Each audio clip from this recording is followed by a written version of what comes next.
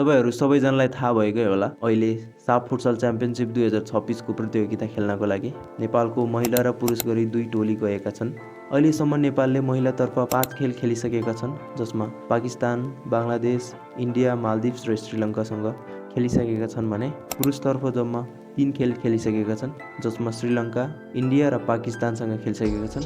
यो प्रतियोगितामा जम्मा 6 वटा खेल खेल्नेछन् नेपालले। अब 3 खेल पुरुषतर्फ बाँकी रहेको छ भने महिलातर्फ 1 खेल मात्र बाँकी रहेको छ, जुन खेल 25 जनवरीमा भुटानसँग हुनेछ।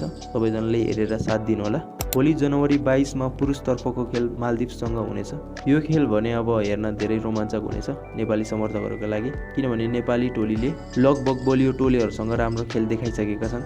यो पालि अझ मेहनत गरियो भने साफ फुटसल च्याम्पियनसिप 2026 को पहिलो संस्करणको उपाधि नेपाली टोलीले पनि ल्याउने सम्भावना भने रहेको छ पुरुष टोलीहरूको लागि। हेरौँ अब के हुन्छ। यो खेलहरू चाहिँ तपाईहरूलाई पनि हेर्न आग्रह गर्न चाहन्छु। एकदमै रोमाञ्चक खेल हुन्छ। तपाईँ हामीले हौसला दिइयो भने अझ राम्रो गर्ने छन् कि सबैजनाले हेरेर साथ दिनुहोला भन्न चाहन्छु। भोलि पुरुषतर्फको खेल मालदिभ्ससँग दिउँसो 12:45 मा हुनेछ। हेर्न नबिर्सनु होला। जनवरी 22 at 12:45 PM 2026 यो खेलको प्रत्यक्ष प्रसारण स्पोर्ट्स वर्क युट्युब च्यानलमा हुनेछ।